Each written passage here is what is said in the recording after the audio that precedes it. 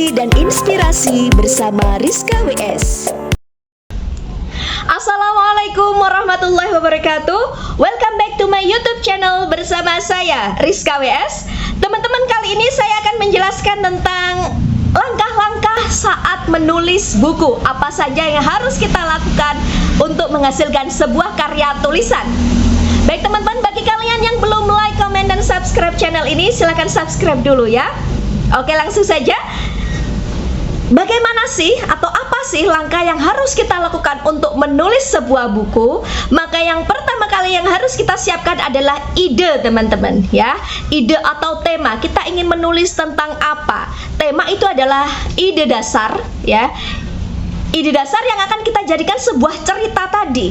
Nanti dari ide tersebut akan kita kembangkan menjadi nomor 2, yaitu outline. Outline itu adalah kerangka cerita.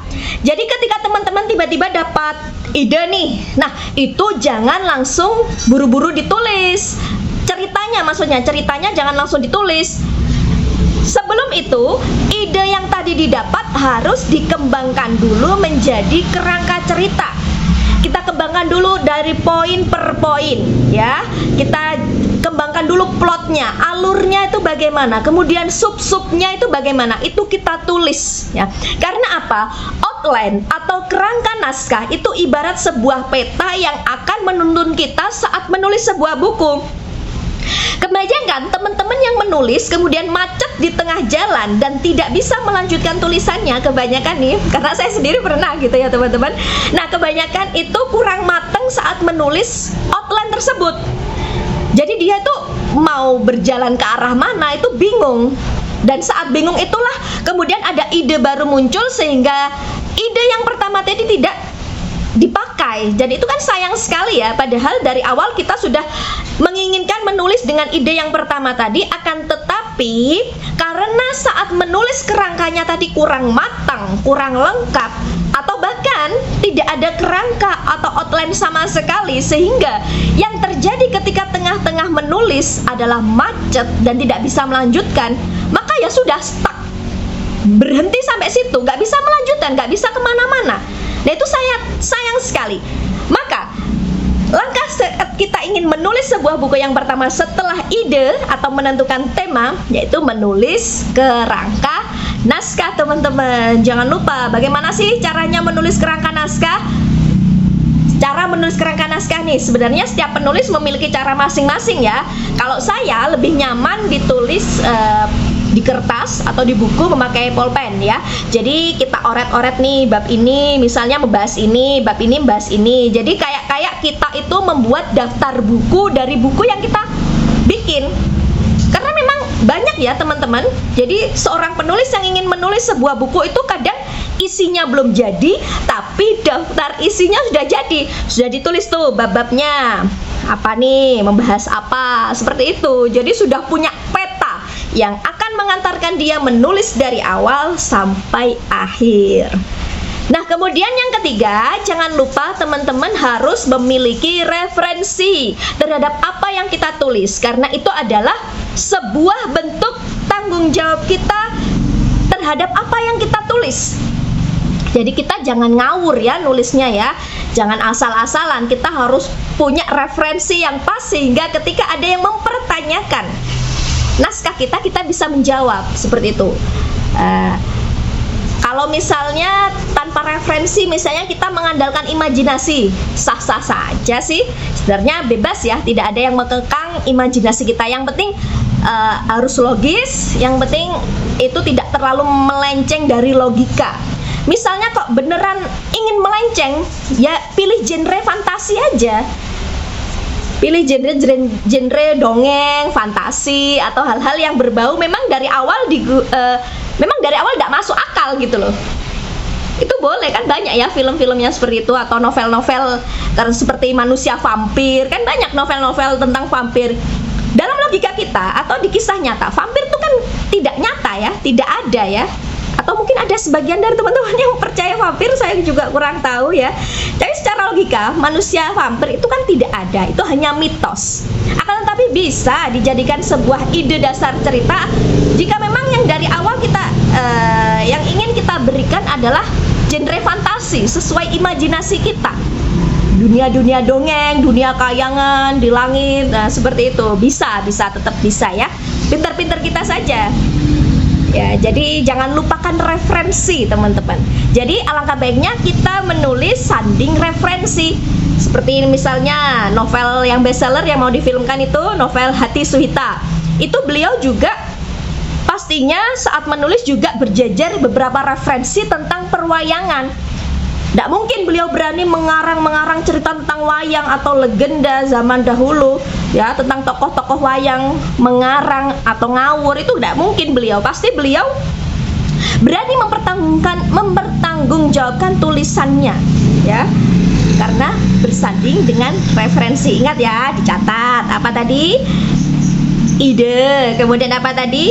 Kerangka naskah, kemudian apa tadi? Setelah kerangka naskah, referensi. Kemudian yang keempat apa? Teman-teman, jika ingin menyelesaikan buku, maka jangan lupa teman-teman harus membuat target atau deadline ya. Kalau tidak ada target, ya itu biasanya molor ya teman-teman. Jadi harus punya target nih. Misalnya 3 bulan lagi aku ulang tahun nih. Jadi ulang tahun aku harus membuat sebuah buku dalam waktu 3 bulan. Nah, itu target. Kita bisa meminta bantuan orang-orang sekitar kita, orang terdekat kita untuk sebagai motivator ya. Ayo cepetan diselesaikan naskahnya. Karena bagaimanapun naskah yang baik apa teman-teman? Adalah naskah yang selesai. Sebaik apapun naskah tersebut, tulisan tersebut, jika belum selesai atau belum tuntas sampai akhir, maka itu belum bisa dikatakan naskah yang baik, teman-teman. Jadi kalau naskah yang baik dan benar adalah naskah yang sudah selesai ditulis. Nanti masalah masalah mengoreksi dan lain-lain, kita bisa kok melakukan self editing, kita bisa kok mengirimkan ke editor ya, kita bisa membayar jasa-jasa mereka, atau kita ya ada banyaklah cara. Oke teman-teman, setelah kita menentukan target, kita juga harus sudah memiliki referensi tentang penerbit mana nih yang cocok dengan naskah kita. Misalnya naskah kita itu tentang buku anak. Nah, kita cari nih penerbit mana, kita datang ke toko buku, penerbit mana yang sekiranya menerbitkan buku-buku serupa, buku anak seperti naskah yang kita tulis. Seperti itu. Nah, itu kalau memang target kita untuk menerbitkan buku. Jadi sudah kita siapkan semuanya dari awal sampai akhir, langkah-langkahnya tadi, dan jangan lupa komitmen untuk terus menulis, terus banyak membaca, dan terus berlatih teman-teman ya, karena memang orang di dunia ini tidak ada yang nganggur ya, semuanya itu sibuk dengan dunianya masing-masing, di bidangnya masing-masing, dan itu adalah salah satu kendala terbesar untuk menyelesaikan sebuah buku. Ini sedang hujan teman-teman, jadi ketika hujan itu paling enak ya suasana untuk menulis buku, suasana adem, seperti itu paling enak, sambil minum kopi misalnya.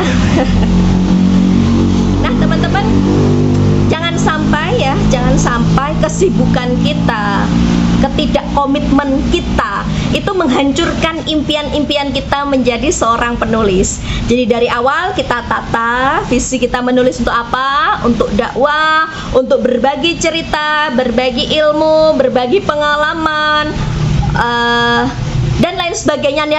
Niat-niatan itu kita tata kembali, kita fokus, kita bikin target, dan kita mulai menuliskannya. Ya caranya ya langsung buka laptop, tulis aja kalimat pertama, kalimat kedua, sampai nanti jadi satu paragraf jadi, tulis lagi lanjutannya, paragraf yang kedua. Ya memang karena ini adalah sebuah praktek ya, menulis itu bukan hanya melulu teori, tapi adalah sebuah praktek, dan gimana kita mau terus berusaha melawan rasa malas kita untuk menghasilkan sebuah karya. Teman-teman, itu tadi yang dapat saya sampaikan, kurang lebihnya mohon maaf. Jangan lupa like, comment, dan subscribe channel ini jika menurut kalian ini sangat bermanfaat. Terima kasih, akhir kalam dari saya. Wassalamualaikum warahmatullahi wabarakatuh.